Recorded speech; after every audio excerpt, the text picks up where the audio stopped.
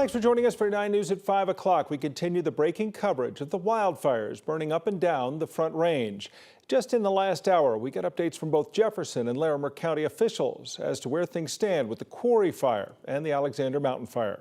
We're going to start in Larimer County, where the Alexander Mountain Fire is still the biggest fire burning. County leaders say it's burned more than 9,300 acres. They also talked about progress, though, saying the fire is now 5% contained. The firefighters say they're having success there. 5% may not sound like a lot, but it's great progress for them. They say they expect more containment soon.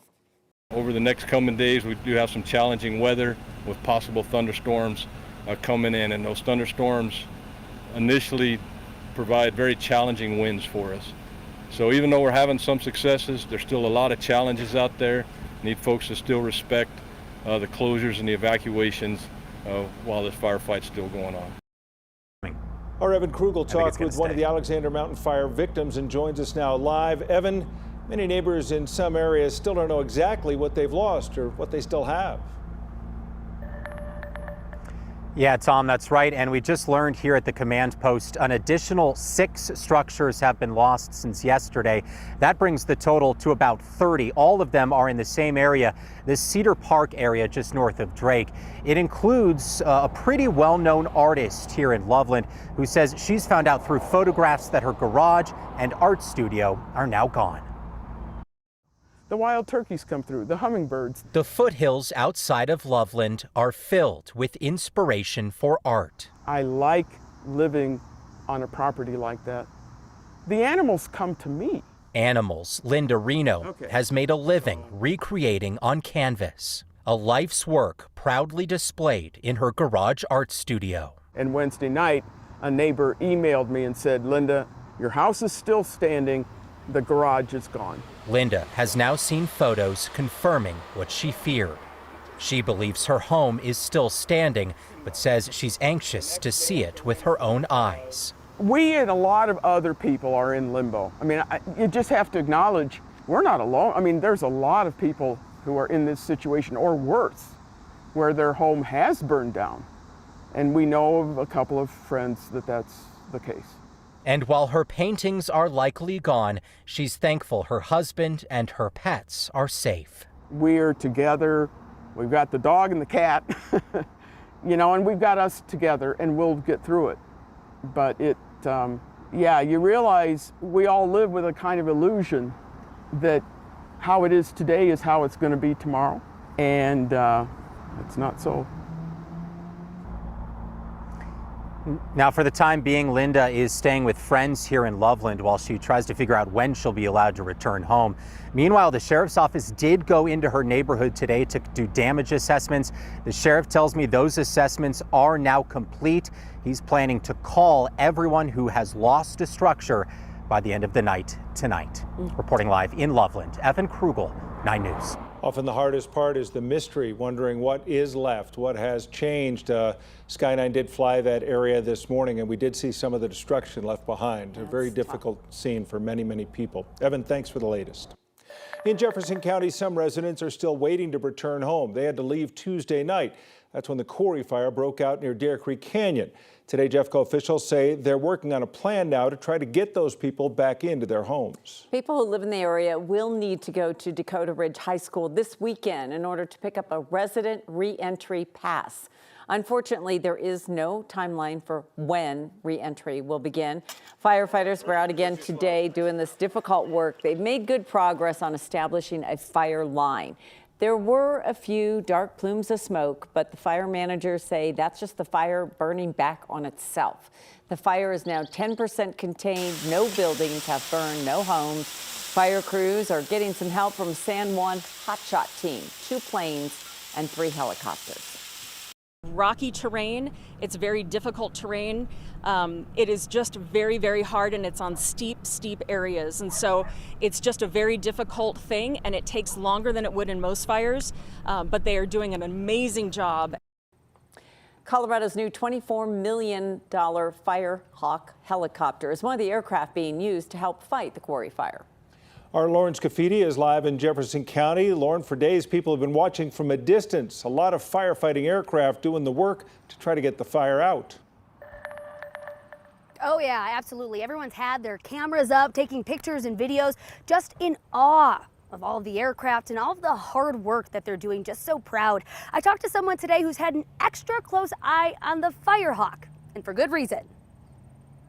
He has always wanted to fly. That has been his goal since he was a baby. A parent's dream You can't ask for it any better, to be able to do what you love to do. is to watch their kids live out their own dreams. This is a picture of him in the cockpit in the Black Hawk helicopter. Lois and Rick Claggett didn't imagine it would happen in their own backyard. Our son is the pilot of the Firehawk, and very proud of him. But I went up to a couple people and I said, I'm going to brag now. This is my son up there that's flying that helicopter. You're bursting with pride. You just want to kind of beat your chest and say, that's mine, that's mine. Friday marks the third day Lois and Rick's son is in the cockpit fighting the Quarry Fire in Jefferson County. It reminds you like a straw when they go to get the water, and it just sucks up the water. He's flown all over the world. Deployed in Kuwait. Since he joined the Colorado National Guard at 20 years old.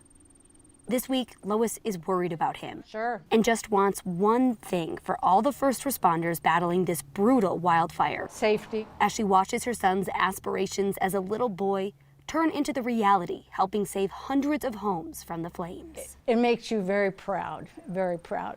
It makes you feel like, hey, I did my job as a parent well. Safe to say the Claggett family group chat has been super busy this week as they keep a close eye on their son fighting this fire here in Jefferson County, and then their daughter who had to evacuate her home because of the Alexander Mountain fire as well. Live in Jefferson County, Lauren Scafidi, 9 News.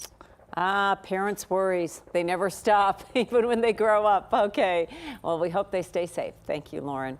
Here is a look at the massive damage from the Stone Canyon fire in Boulder County. Stone Canyon fire remains at 1,553 acres, practically no growth in the last 24 hours. Containment did increase to 30%, 20% yesterday.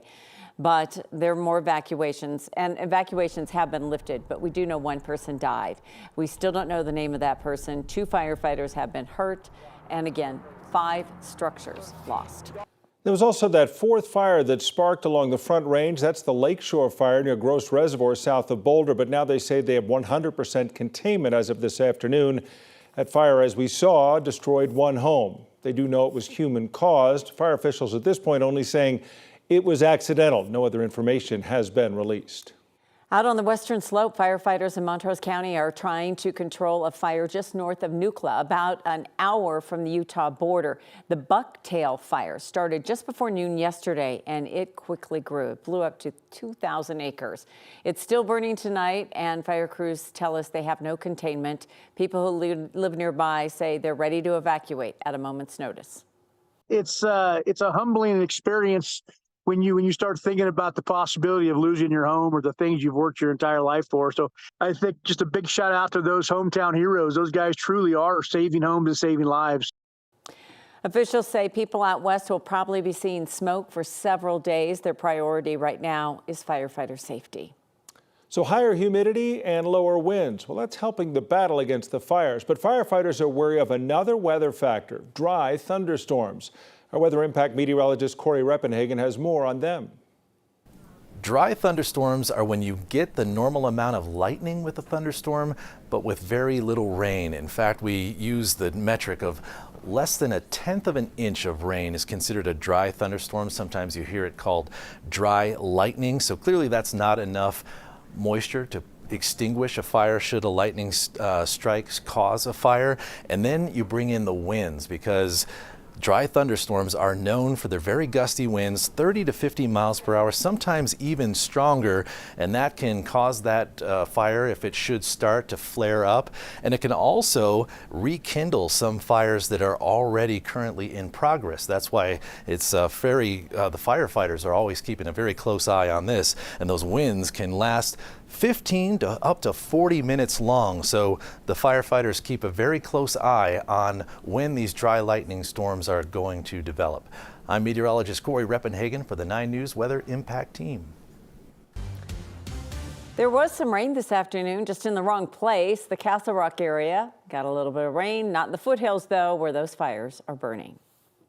That's right. And as we go through the rest of the evening, we're looking for most of those showers and storms to fall across the eastern plains. Again, not really where we need it, as we have these fires burning across the Front Range into the foothills here. But we zoom into the Front Range. We have a couple of light showers here and there across western portions of the I-25 corridor. But as expected, these storms started north of Fort Collins and south of Denver. They're going to continue to come together and collide across the eastern plains, and that's where they're expected to be strongest. So we put those fires into play. You can see all of these little raindrops missing our fire areas, and it's going to stay that way likely through the rest of the evening. So we are going to look at these other components that could add to the fire danger there, one of them being the heat. We reached 99 degrees today at DIA. Right now across the Front Range and into the foothills, we're still in the middle 90s. And then as we take a look at these winds, wind gusts coming in across southern portions and eastern portions of the Denver metro area. We're watching for those winds to possibly affect those fires. Now, the fire that's in most danger of being in these windier areas,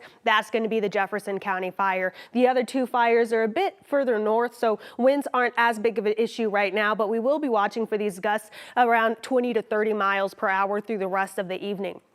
Relative humidity, not quite as bad, roughly between 15% to 20% across the Front Range. That's a bit more humidity than what we've been seeing over the last few days.